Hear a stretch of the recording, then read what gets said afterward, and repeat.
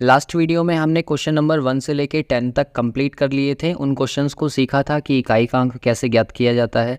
अब इस वीडियो में हम क्वेश्चन नंबर 11 से आगे के क्वेश्चंस को करेंगे, जहाँ से सबसे पहले मैं आपको बताऊं कि यहाँ से फैक्टोरियल आना स्टार्ट हो जाएगा। तो क्या होता है फैक्टोरियल, पहले इस बात को समझिए कि फैक्टोरियल कैसे निकालते हैं हम, या फैक्टोरियल क्या चीज़ है। तो देखो, फैक्टोरियल जो होता है ना, ये वाला जो साइन लगा हुआ है यहाँ पर इस टाइप से, या तो हम इसको ऐसे दिखाते हैं या फिर दिखाते हैं इस तरीके से। जैसे मान लो हमसे कहा जाए कि भाई 3 फैक्टोरियल है, तो 3 फैक्टोरियल को हम ऐसे भी लिख सकते हैं और 3 फैक्टोरियल को हम ऐसे भी लिख सकते हैं इस तरह से। तो इन दोनों का क्या मीनिंग है? इन दोनों का मीनिंग है, जैसे मान लो आपको वैल्यू दे रखी है 3 फैक्टोरियल, तो 3 फैक्टोरियल का मतलब है 3 इंटू 2 इंटू 1, यानी कि 3 की 2 और 1, यहाँ तक 1 तक इसको ले आएंगे मल्टीप्लाई करते हुए, और फिर सबको मल्टीप्लाई कर देंगे तो 3 2 जा 6 हो जाएगा। मतलब कहने का ये है कि 3 फैक्टोरियल की वैल्यू कितनी है? 6 है। अब ऐसे ही जैसे मान लो आपको दिया जाए 5 फैक्टोरियल, तो 5 फैक्टोरियल का मतलब क्या है? 5 इंटू 4 इंटू 3 इंटू 2 इंटू 1, और फिर इन सारे नंबर्स का मल्टीप्लाई, तो ये कितना हो जाएगा? 120।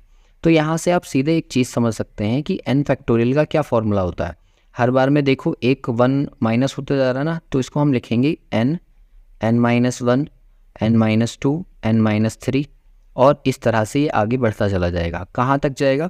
ये 1 तक जाएगा, क्योंकि 1 के बाद में क्या आ जाएगा? 1 माइनस 1, यानी कि कितना हो जाएगा? 0 फैक्टोरियल, और 0 फैक्टोरियल की वैल्यू ऑलरेडी 1 होती है, और उसके आगे हम जाएंगे तो माइनस वैल्यूज़ आने लगेंगी।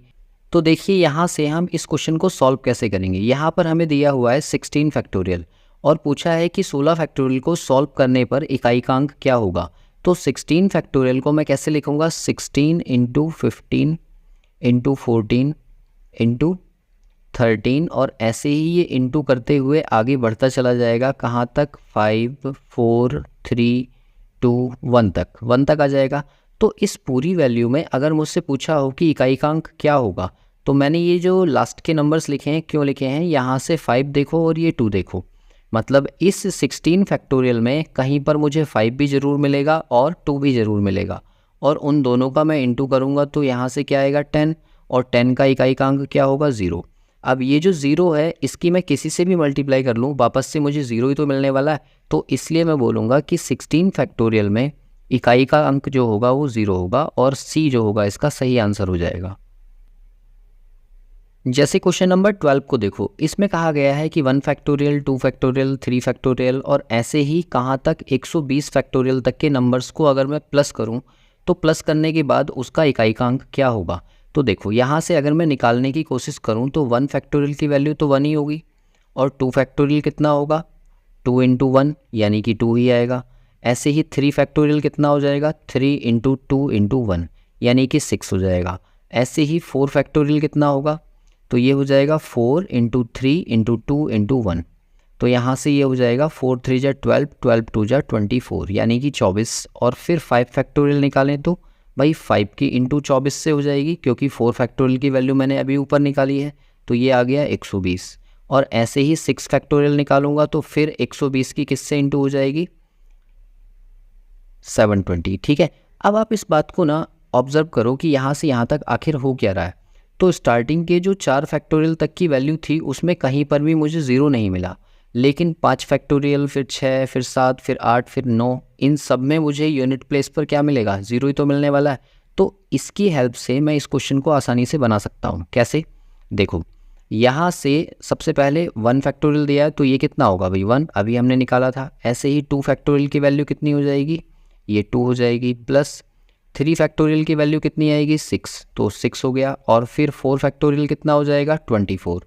और फिर इसके बाद में जो नंबर्स आएंगे ना, उन सब में मुझे यूनिट प्लेस पर 0 ही मिलने वाला है, तो आगे के नंबर्स को हम छोड़ देंगे 0 के लिए, और फिर इन सब को प्लस कर लेंगे। तो इसमें भी आप क्या करो? सिर्फ यूनिट डिजिट को प्लस करो, यानी कि 4 को 6 में प्लस करोगे तो कितना आएगा? 10। 10 का मतलब 0 ले लिया, फिर इस 0 में 2 प्लस करो तो 2 आएगा, और 1 यानी कि 3। तो इस क्वेश्चन का जो पूरा सही आंसर होगा वो 3 हो जाएगा, कि इस पूरे क्वेश्चन को सॉल्व करने के बाद जो इकाई का अंक होगा वो कितना होगा? 3 होगा। देखो, जैसे क्वेश्चन नंबर 13 है, तो 13 में कहा गया है कि x की ये पूरी वैल्यू है, तो इसे सॉल्व करने के बाद आप बताओ कि इकाई का अंक क्या होगा। तो हम इस वाले टर्म को कैसे सॉल्व करेंगे? देखो यहाँ पर दिया हुआ है 633 की पावर 23। तो मैंने आपको बताया था कि अगर 3 हो तो जो पावर दी हुई है उसको 4 से डिवाइड कर दो। तो आप 23 को अगर 4 से डिवाइड करोगे तो 3 बचेगा। इसका मतलब मैं इसको लिख सकता हूँ 3 की पावर 3। ठीक है, अब माइनस, फिर उसके बाद में 7 दिया है तो 7 का भी यही रूल है कि जो पावर दी हुई है उसको आप क्या करो, 4 से डिवाइड कर लो। तो 36 तो पूरा पूरा कट जाएगा। इसका मतलब ये लिखा है 7 की पावर 2। और ऐसे ही फिर थर्ड वाले टर्म को देखो तो यहाँ पर 6 लिखा हुआ है, और 6 के लिए मैंने बताया था कि 6 की कितनी भी पावर हो वो वापस से मुझे 6 ही मिल जाएगा यूनिट डिजिट। तो यहाँ से 6 लिख लिया।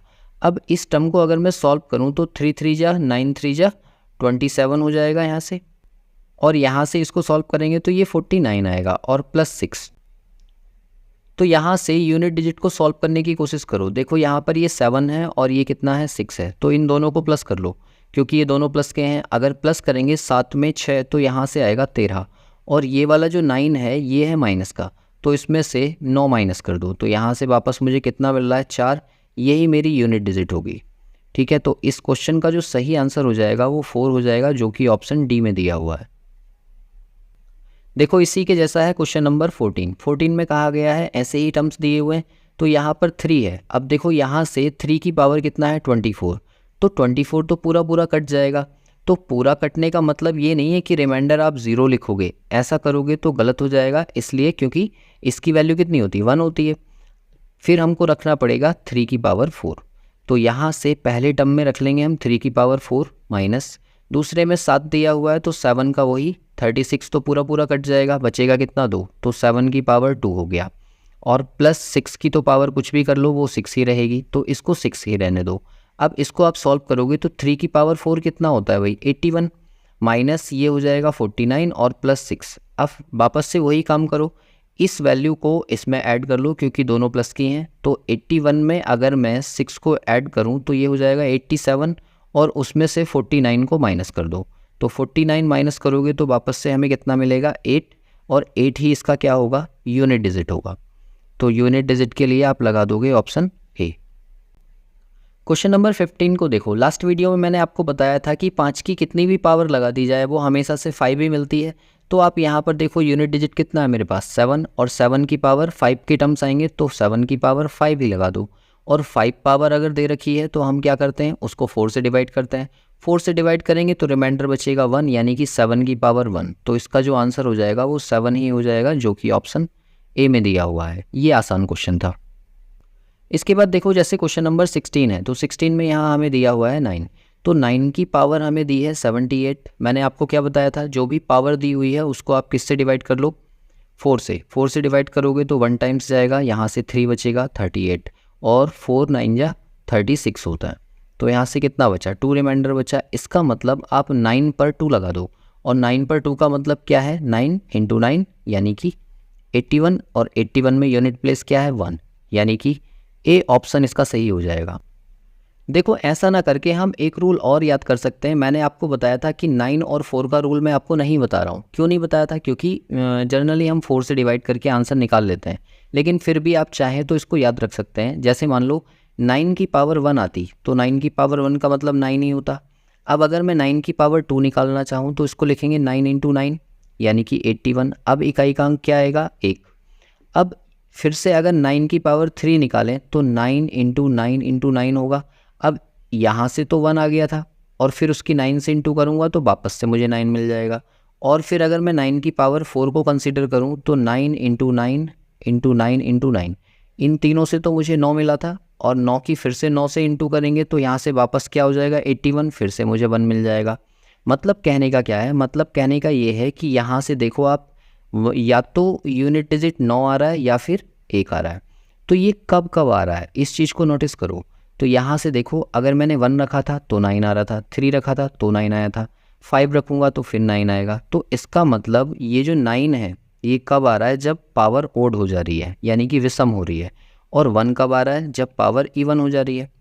तो हम यहाँ से सीधे सीधे ये भी याद रख सकते हैं कि अगर 9 की पावर हमें इवन दी हुई है, कोई भी सम संख्या दी हुई है, तो उसकी वैल्यू 1 होगी। मतलब इकाई का अंक जो होगा ऐसी कंडीशन में 1 आएगा।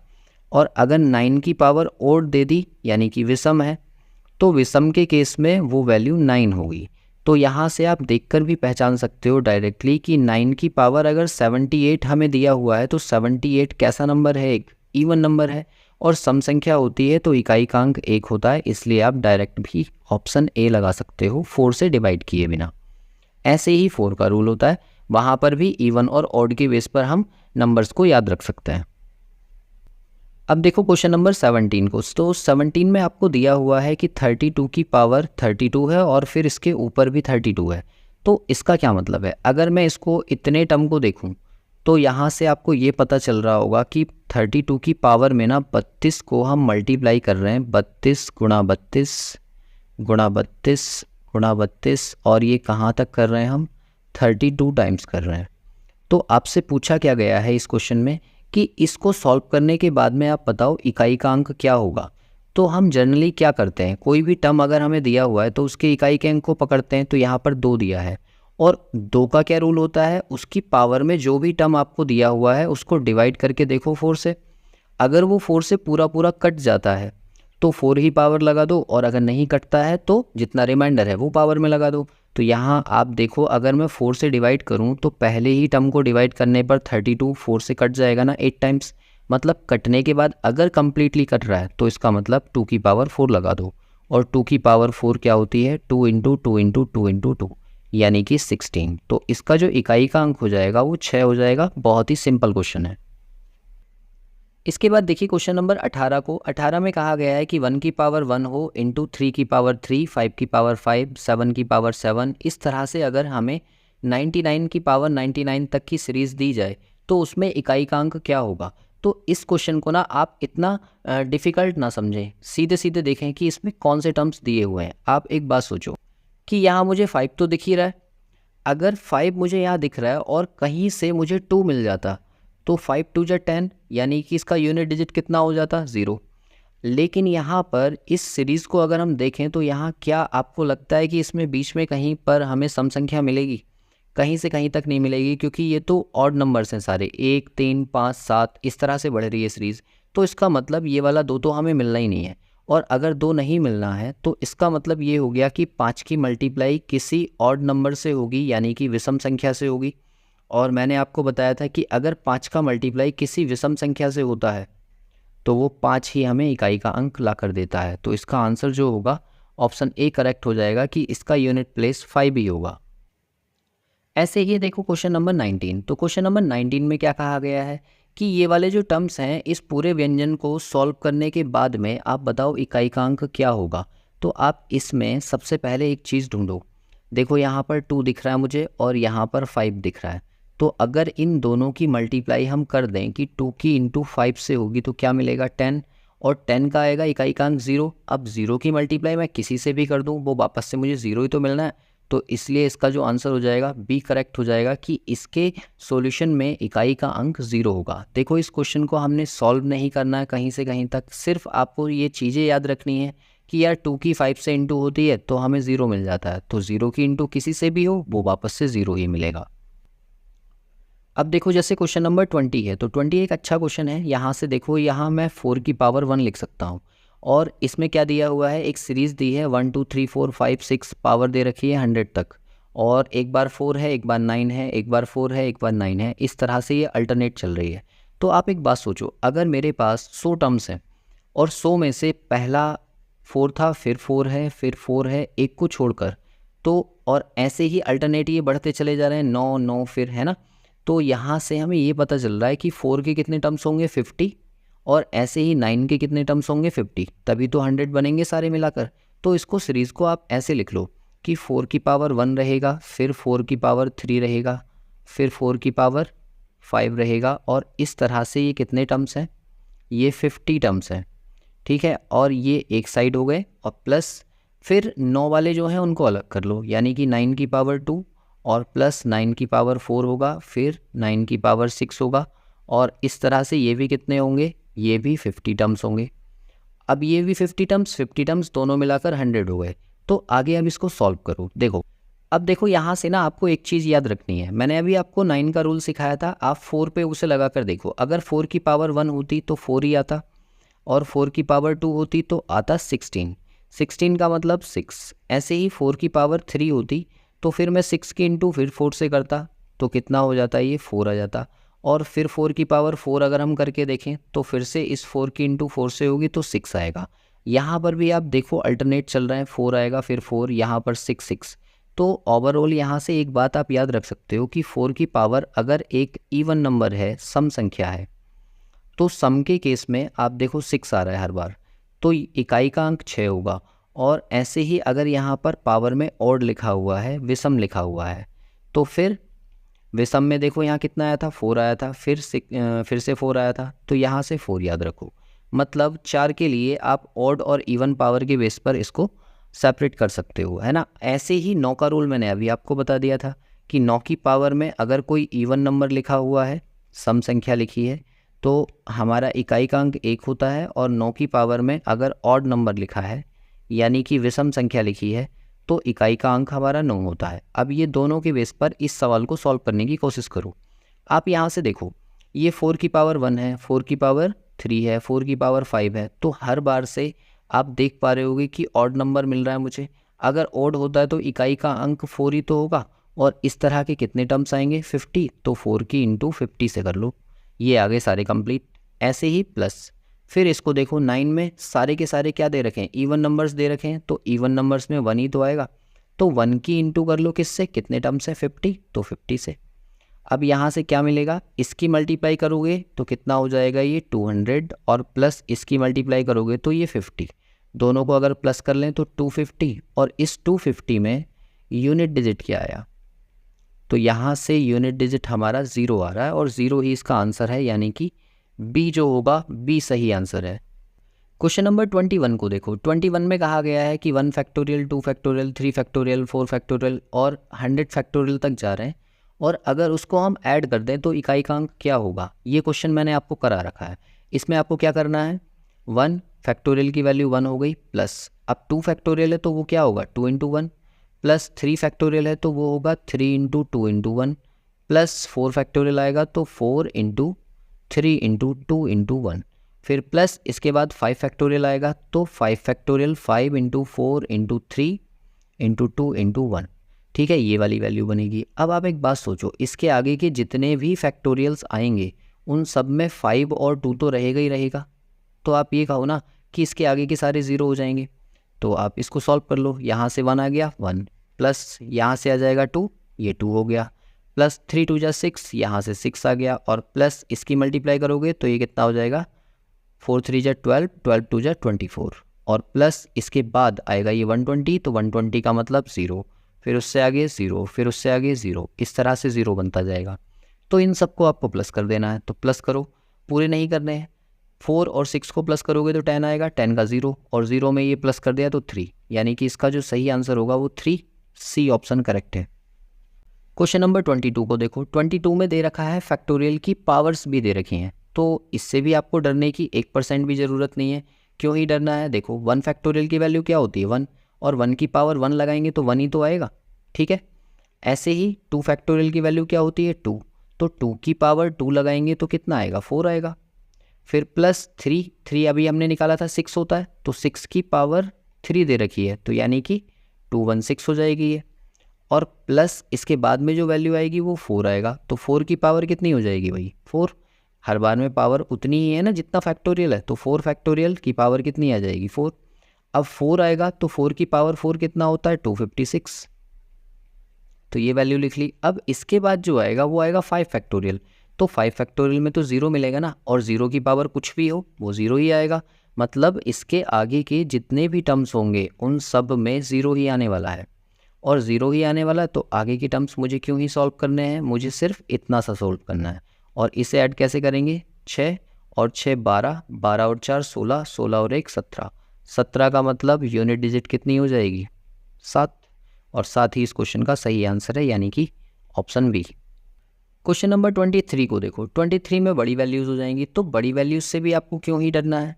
देखो यहाँ 1 फैक्टोरियल है, उसकी वैल्यू 1 होगी, अब 1 की पावर 99 लगाऊंगा मैं तो 1 ही तो आएगा, और प्लस फिर उसके बाद 2 फैक्टोरियल है तो यहाँ से 2 मिलेगा, अब 2 की पावर 98 है, तो 2 की पावर 98 करने के लिए आपको क्या करना पड़ता है, 2 की पावर अगर 98 है तो इस वाली वैल्यू को आप किससे डिवाइड करते हो? 4 से, और 4 से डिवाइड करोगे तो कितने टाइम्स कट जाएगा ये? 98 को 4 से डिवाइड करो तो 4 2 जा 8, 1 और 8, 4 4 जा 16, यानी कि यहाँ से कितना बचा? 2। तो आपको क्या करना है? 2 की पावर 2 लगानी है और वो कितना हो जाएगा? 4। ऐसे ही इससे अगला टर्म आएगा तो वो कितना हो जाएगा? 3 2 जा 6, तो 6 के लिए 6 लिख दो। अब 6 की पावर तो कुछ कितनी भी हो वो 6 ही रहता है। इसके बाद में क्या आएगा? फिर से 6 और प्लस डॉट डॉट, फिर आगे क्या आने लगेगा? 0। सारे टर्म्स में 0 आएगा आगे, और बस आपको सिर्फ इतने से ही टर्म्स ऐड करने हैं। ऐड कर दो इनको, 6 और 6 12, 12 और 4 16 और 1 17, यानी कि 17 आ गया। और 17 का मतलब यूनिट डिजिट कितना आ जाएगा? यहाँ पर भी इकाई का अंक 7 होगा, जो कि हमारा डी ऑप्शन में दिया है और यही करेक्ट है। इसके बाद देखो क्वेश्चन नंबर 24 को। तो 24 में देखो पावर में फैक्टोरियल दिया हुआ है, और पावर में फैक्टोरियल का मतलब तो पूरा बहुत बड़ा टर्म है, यानी कि 234 से मल्टीप्लाई करते हुए हमें 1 तक लाना पड़ेगा। तो कोई दिक्कत नहीं है इसमें भी। देखो 3 दिया है, और 3 की पावर आप ऐसे सोचो कि ये 234 फैक्टोरियल दिया है।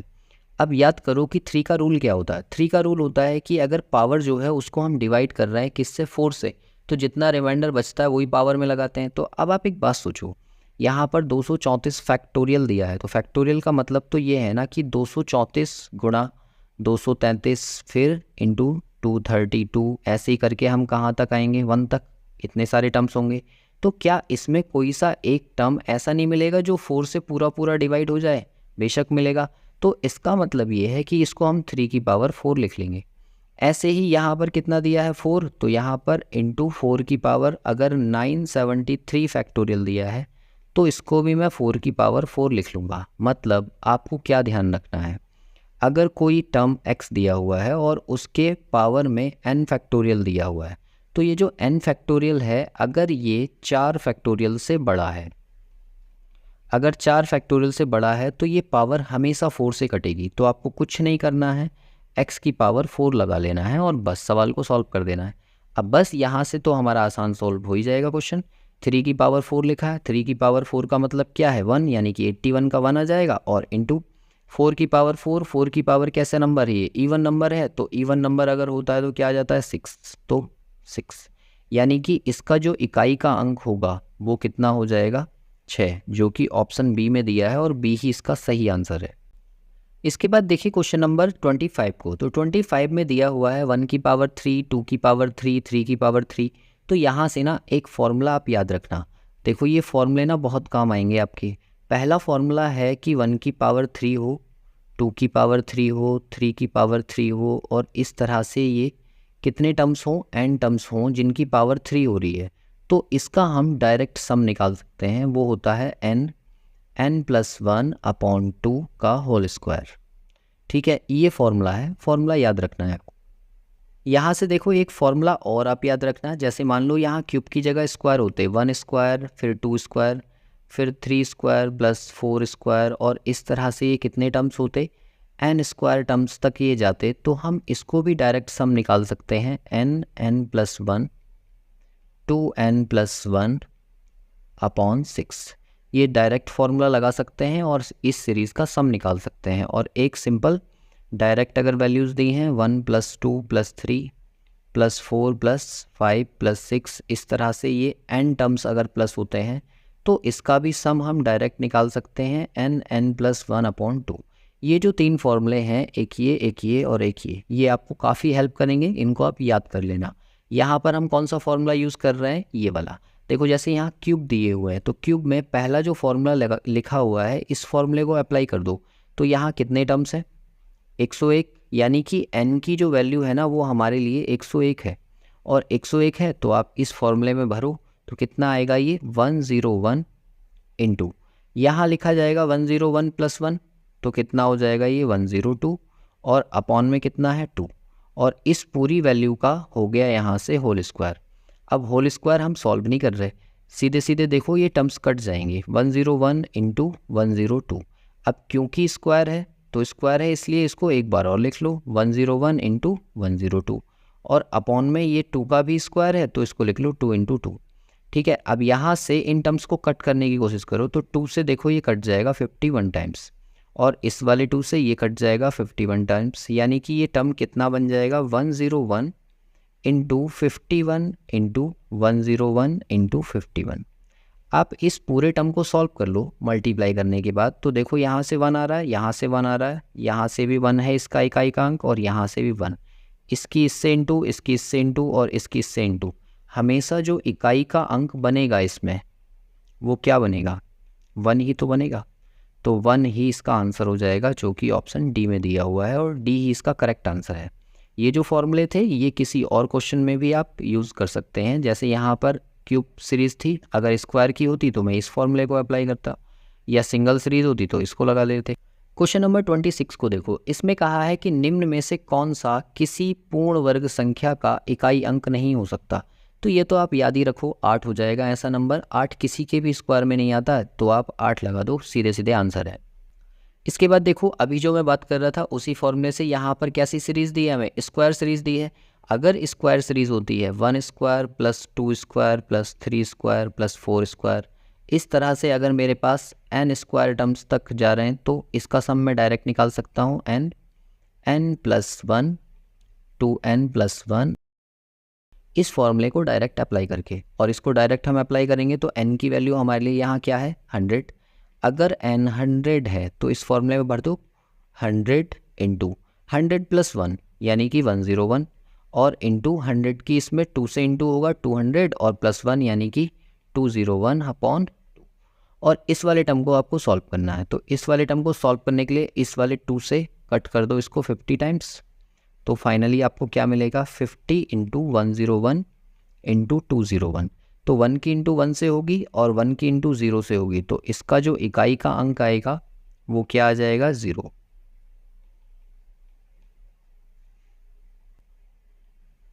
क्वेश्चन नंबर 29 को देखो, तो ये 29 जो है एक अच्छा सवाल है, क्योंकि यहाँ पर हमें टर्म्स सीधे सीधे नहीं दे रखे हैं, अपॉन में दे रखे हैं, और प्लस वो भी सेम नहीं है तो मुझे बनाने पड़ेंगे। जैसे यहाँ पर 12 दिया है और अपॉन में 3 दिया हुआ है, तो देखो इसको सेम बनाएंगे कैसे हम। यहाँ से अगर मैं 12 की पावर 55 की बात करूँ तो 12 को मैं 3 इंटू 4 लिख सकता हूँ, और 3 इंटू 4 की पावर कितना है 55, अपॉन में 3 की पावर 11 ही रहने दो, प्लस अब जैसे ये ऊपर दिया हुआ है तो इसको 8 दिया हुआ है, 8 की पावर 48 रहने दो, और अपॉन नीचे का 16 है तो 2 इंटू 8 में उसको लिख सकता हूँ, और ये हो जाएगा 18। ठीक है, इसके आगे हम टर्म को कैसे सॉल्व करेंगे, ये पावर डिस्ट्रीब्यूट हो जाएगी, तो 3 की पावर 55 हो गया, और इंटू 4 की पावर भी 55, और अपॉन में जो टर्म दिया है वो 3 की पावर 11 है, प्लस ऐसे ही इसको देखो तो ये 4 की पावर 8 की पावर 48 है, और अपॉन अब देखो ये हो जाएगा 2 की पावर 18 और इंटू 8 की पावर 18। अभी भी देखो मैं इससे 8 से 8 सॉल्व तो कर सकता हूँ, लेकिन यहाँ पर 2 दिया है तो उसको भी हम इसी के जैसे बना लें। तो ये जो 2 दिया हुआ है आप जानते हो 2 इंटू 2 इंटू 2 जो होता है वो 8 होता है, तो इस 2 की जगह 8 बना लो। कैसे बनेगा, 3 की पावर 55 और इंटू 4 की पावर 55, इसको ऐसे रहने दो, अपॉन 3 की पावर 11, प्लस ऊपर का 8 की पावर 48 ऐसे ही रहने दो, और यहाँ से ऊपर से मैंने 3 टर्म्स निकाल लिए, 3 पावर, तो उसको 8 बना लिया, और 8 बनने के बाद जो पावर रह जाएगी वो कितनी रह जाएगी, क्योंकि यहाँ पर 18 है तो पावर वापस से 6 रह जाएगी, क्योंकि 6 की इंटू हम 3 से करते हैं तभी तो 18 आता है, और फिर इंटू 8 की पावर कितना हो गया 18। अब यहाँ से ओवरऑल देखो अपॉन में पावर्स सेम टर्म्स की माइनस हो जाती हैं। अगर a की पावर m दिया है और अपॉन a की पावर n दिया है तो इसको मैं a की पावर m माइनस n लिख सकता हूँ, ये हमारी सर्ट्स का रूल है। तो अब देखो इसमें हम माइनस करेंगे, ऊपर यहाँ दिया हुआ है 3 की पावर 55 और यहाँ दिया है 11, तो दोनों माइनस हो जाएंगे, तो यहाँ से बचेंगे 3 की पावर 44 इंटू यहाँ से 4 की पावर 55, तो ये ऐसे ही रह जाएगा, प्लस अब यहाँ से देखो यहाँ 8 और 8 सेम टर्म्स होते हैं, अगर a की पावर m है और इंटू a की पावर n है तो ये प्लस हो जाता है। आप ये जानते हैं मल्टीप्लाई में पावर्स ऐड होती है, तो यहाँ ऐड हो गई तो ये 24 हो गई, और 24 ऊपर वाले 48 से माइनस हो जाएंगे, तो 8 की पावर 24 बच जाएगा। और आप ये जानते हो यहाँ से कि इन टर्म्स को कैसे सॉल्व किया जाता है। अब आप सॉल्व कर लो, ये 3 की पावर 44 4 से पूरा पूरा कट जाएगा, इसका मतलब इसको 3 की पावर 4 लिख लिया। 4 की पावर एक विषम संख्या है तो ये 4 ही आ जाएगा, प्लस यहाँ से 8 दिया हुआ है तो ये पूरा पूरा कट जाएगा 24, तो इसको हम 8 की पावर 4 लगा लेंगे। फिर इसको सॉल्व कर लो, 3 की पावर 4 से 1 मिलेगा, यहाँ से 4 मिलेगा और प्लस ये क्या है 6 मिल जाएगा यहाँ से। तो ओवरऑल कितना आ गया, ये 4 और 6 10, 10 का मतलब इकाई अंक यहाँ पर भी कितना आएगा 0। तो सवाल जो है ना ये लेंथी तो है लेकिन 0 आंसर आ रहा है इसका, देखो, बट आपको इसी तरीके से इसको सॉल्व करना पड़ेगा। नेक्स्ट देखिए क्वेश्चन नंबर 30, ये भी मोस्ट इंपॉर्टेंट है। अब देखो यहाँ पर फैक्टोरियल अंदर भी फैक्टोरियल है और पावर में भी फैक्टोरियल है, तब भी सवाल आपका टफ नहीं है, आसान है। कैसे बनेगा देखो मैं बताता हूँ। यहाँ दिया हुआ है 1 फैक्टोरियल तो उसकी वैल्यू 1 ही होगी, और 1 की पावर आप सोचो 100 फैक्टोरियल 4 से तो कट ही जाएगा ना कहीं, तो इसका मतलब 1 की पावर 4 प्लस फिर उसके बाद में क्या आएगा 2, क्योंकि 2 फैक्टोरियल की वैल्यू 2 ही होती है और पावर में है 99 फैक्टोरियल तो ये भी तो 4 से कट जाएगा तो 2 की पावर 4 प्लस उसके बाद में आता है 3 फैक्टोरियल की वैल्यू होती है 6 तो 6 की पावर ये भी कट जाएगा तो 6 की पावर 4 प्लस इसके बाद में आता है 4 फैक्टोरियल तो 4 फैक्टोरियल कितना होता है 24 में 4 की पावर कितनी लगेगी 97, तो ये विषम संख्या है तो विषम होता है तो हम जानते हैं कितना आता है 6, तो इसलिए यहाँ से हमें क्या मिल जाएगा 4 की पावर 4 और प्लस इसके आगे की जो टर्म्स आएंगे उनमें सब में पावर 0 हो जाएगी, क्योंकि 5 फैक्टोरियल क्या होता है 5 फैक्टोरियल होता है 120 और 120 में 0 आ जाएगा। 6 फैक्टोरियल कितना होता है 120 इंटू 6 यानी कि 720, वहाँ से भी 0 मिलेगा, मतलब इसके आगे के जितने भी फैक्टोरियल होंगे उन सभी में मुझे इकाई का अंक 0 ही मिलने वाला है। इसको सॉल्व कर लो, यहाँ से क्या आएगा 1 और प्लस 2 की पावर 4 कितना होता है 2 2 जा 4 2 जा 8 और 8 2 जा 16 तो 16 का मतलब 6 प्लस 6 की पावर तो कुछ भी हो वो 6 ही रहता है और प्लस 4 की पावर एक सम संख्या है तो वो कितना आ जाएगा 6। इसके बाद आगे हमें सॉल्व करना ही नहीं है, 6 या 18 और 1 19 का मतलब यूनिट डिजिट जो आ जाएगी हमारी यहाँ से वो कितनी आ जाएगी 9। ठीक है, यही हमारा आंसर है। तो यहाँ से मैंने आपको 30 क्वेश्चंस जो हैं वो इकाई का अंक ज्ञात करने वाले सिखा दिए हैं। फर्स्ट वीडियो में मैंने 10 क्वेश्चंस कराए थे और उसमें सिखाया था कि सिंपल क्वेश्चंस में आप इकाई का अंक कैसे निकालोगे, और इस वीडियो में मैंने फैक्टोरियल के कॉन्सेप्ट को और अपॉन के कुछ इंपॉर्टेंट क्वेश्चंस को भी डिस्कस किया है। ठीक है, ये वाला जो वीडियो है इसको आप एक बार फिर से देखिए, अगर आपका कॉन्सेप्ट क्लियर नहीं है तो ये सीखना आपको बहुत ज़रूरी है, क्योंकि इकाई का अंक ज्ञात करने के लिए कॉमन क्वेश्चंस है जो हर एक पेपर में लगभग एक ना एक क्वेश्चन आपको नंबर सिस्टम में देखने को मिल ही जाता है, तो आप इसको ज़रूर से तैयार करेंगे। बाकी नेक्स्ट टॉपिक पढ़ते हैं इससे अगली वीडियो में।